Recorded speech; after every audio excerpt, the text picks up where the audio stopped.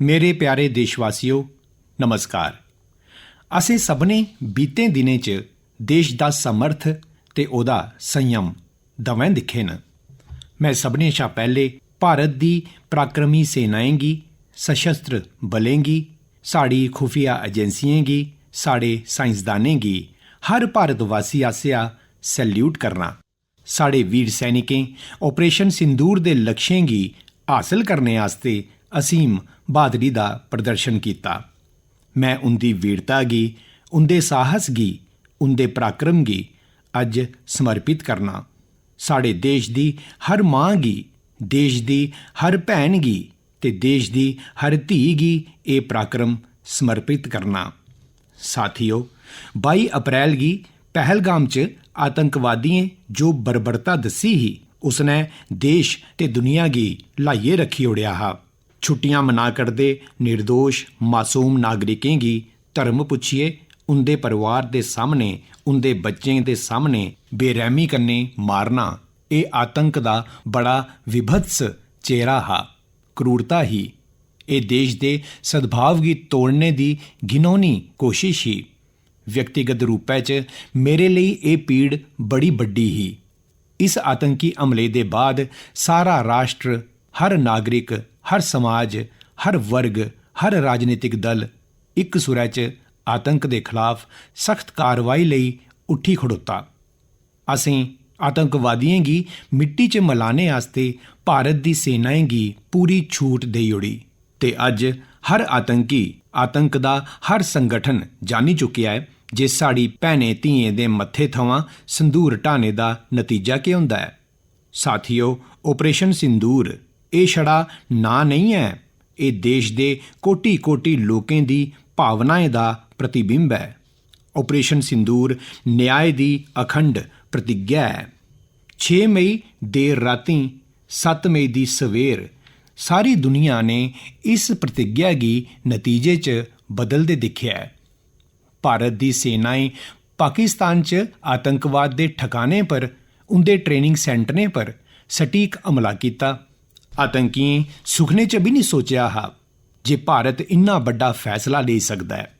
पर जिसलै देश इकजुट होंदा है, नेशन फस्ट दी भावना कन्नै भरोचे दा हुंदा है, राष्ट्र सर्वोपरि हुंदा है ते फौलादी फैसले लैते जंदे न, नतीजे आनिए दस्से जंदे न। जिसलै पाकिस्तान च आतंकी ठिकाने पर भारत दी मिसाइल ने हमला बोलिया, भारत दे ड्रोन्स ने हमला बोलिया ते आतंकी संगठनें दियां इमारतां गै नहीं बल्कि उंदे हौसले भी थर्राई गए।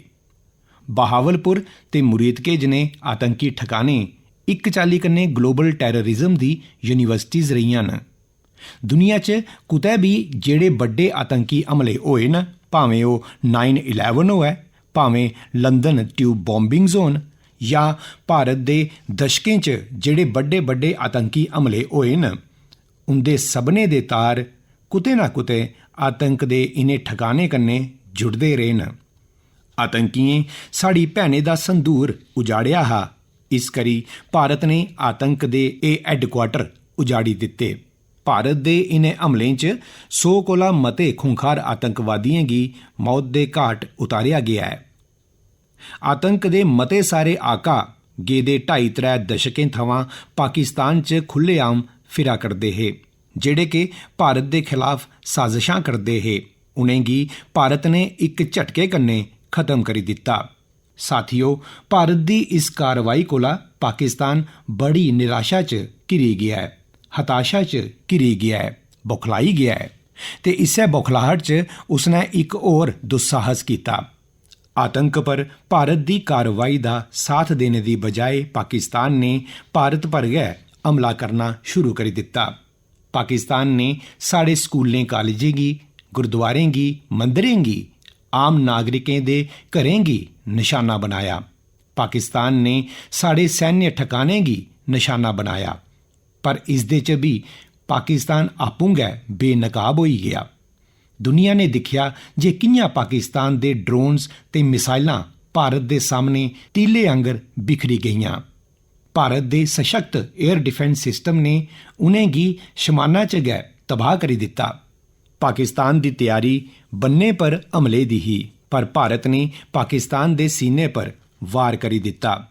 ਭਾਰਤ ਦੇ ਡਰੋਨਸ ਭਾਰਤ ਦੀਆਂ ਮਿਸਾइलें सटीकता कन्ने हमला किया। पाकिस्तानी वायुसेना दे उन्हें एयरबेस की नुकसान पहुंचाया, जिस पर पाकिस्तान की बड़ा घमंड हा। भारत ने पहले 3 दिनों च गै पाकिस्तान की इन्ना तबाह करी दिता जिसका उसकी अंदाजा भी नहीं हा। इस करी भारत की आक्रामक कार्रवाई के बाद पाकिस्तान बचने के रस्ते तुपन लगा। पाकिस्तान दुनिया भर च तनाव घट करने की गुहार लगा करदा हा ते बुरी चाली पिटने के बाद इसे मजबूरी च 10 मई की दोपहरी पाकिस्तानी सेना ने साढ़े DGMO कन्ने राबता किया। उसलै तगर अस आतंकवाद के इंफ्रास्ट्रक्चर की बड़े पैमाने पर बर्बाद करी चुके दे हे। आतंकियों की मौत के घाट उतारी दिता गेदा हा। पाकिस्तान के सीने पर बसाए गेदे आतंक के अड्डें गी असें खंडर बनाई दिता हा।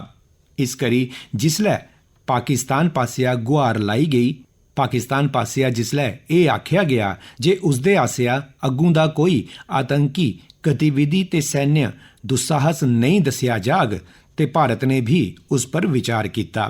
ते मैं फ्ही दोहरा करना, असें पाकिस्तान दे आतंकी ते सैन्य ठिकाने पर अपनी जवाबी कार्रवाई गी अजें स्थगित किया है। आने वाले दिनें च अस पाकिस्तान दे हर कदम गी इस कसौटी पर मापगे जे ओह केह् रवैया अपनांदा है। साथियो, भारत दी त्रौनें सेनाएं, साड़ी एयरफोर्स, साड़ी आर्मी ते साड़ी नेवी, साड़ी border security force BSF, Bharat दे अर्धसैनिक बल लगातार अलर्ट पर न। सर्जिकल स्ट्राइक ते एयर स्ट्राइक मगरा हून ऑपरेशन सिंदूर आतंक के खिलाफ भारत की नीति है। ऑपरेशन सिंदूर ने आतंक के खिलाफ लड़ाई च एक नवीं लकीर खिंची ओड़ी है, एक नवा पैमाना न्यू नॉर्मल तय करी दिता है। पहला, भारत पर आतंकी हमला होआ तां मुंह तरोड़ जवाब दिता जाग। अस अपने ढंगै कन्नै अपनी शर्तें पर जवाब दइये रोगे। अस हर उस थार पर जाइए सख्त कार्रवाई करगे जित्थुआं आतंक दियां जड़ां निकलदियां न। दूआ, कोई भी न्यूक्लियर ब्लैकमेल भारत नहीं सहन करोग। न्यूक्लियर ब्लैकमेल की आड़ पर पनपारदे आतंकी ठिकाने पर भारत सटीक ते निर्णायक प्रहार करोग। त्रीया, इस आतंक की सरपरस्त सरकार ते आतंक दे आकाएं गी बख-बख नहीं दिखगे। ऑपरेशन सिंदूर के दौरान दुनिया ने पाकिस्तान का ओह घिनौना सच फ्ही दिखया है, जिसलै मारे गेदे आतंकियों की विदाई देने आस्ते पाकिस्तानी सेना के बड़े बड़े अफसर उमड़ी पे। स्टेट स्पॉन्सर्ड टैररिज्म का यह बड़ा बड़ा सबूत है। अस भारत ते अपने नागरिकें गी कुसै भी खतरे सोआं बचाने आस्ते लगातार नतीजाकुन गैं पुट्टदे रौगे। साथियो, युद्ध के मैदान पर असें हर बारी पाकिस्तान की धूल चटाई है ते इस बारी ऑपरेशन सिंदूर ने नवा आयाम जोड़िया है। असें रेगिस्तानें ते पहाड़ें च अपनी क्षमता का शानदार प्रदर्शन किया है ते कन्नै गै न्यू एज वारफेयर च भी अपनी श्रेष्ठता साबित की है। इस ऑपरेशन के दौरान साढ़े मेड इन इंडिया हथियारों की प्रमाणिकता भी साबित हुई है। अज दुनिया दिखाड़दी है 21वीं सदी के वारफेयर च made in India defence equipments. इसका समा आई चुके दा है। साथियो, हर चाली के आतंकवाद के खिलाफ साड़ा सारें दा एकजुट रौना साड़ी सबने शा बड़ी शक्ति है। निश्चित तौर पर यह युग युद्ध का नहीं है, पर यह युग आतंकवाद का भी नहीं है। टैररिज्म के खिलाफ जीरो टॉलरेंस, ये एक बेहतर दुनिया की गारंटी है। साथियो, पाकिस्तानी फौज, पाकिस्तान की सरकार जिस चाली आतंकवाद की खाद पानी देआरदी है, वो एक दिन पाकिस्तान की गै खत्म करी देग। पाकिस्तान की जेकर बचना है तां उसी अपने टैरर इंफ्रास्ट्रक्चर का सफाया करना गै होग। इस दे अलावा शांति का कोई रस्ता नहीं है। भारत का मत एकदम साफ है। टैरर ते टॉक किट्ठे नहीं हो सकते, टैरर ते ट्रेड किट्ठे नहीं चली सकते, ते पानी ते खून भी कट्ठे नहीं बगी सकते। मैं अज विश्व समुदाय की भी आखं, साड़ी घोषित नीति रही है जेकर पाकिस्तान कन्नै गल होग तां टैररिज्म पर गै होग। जेकर पाकिस्तान कन्नै गल होग तां पाकिस्तान ऑक्यूपाइड कश्मीर POK ओहदे पर गै होग। प्यारे देशवासियो, अज्ज बुद्ध पूर्णिमा है।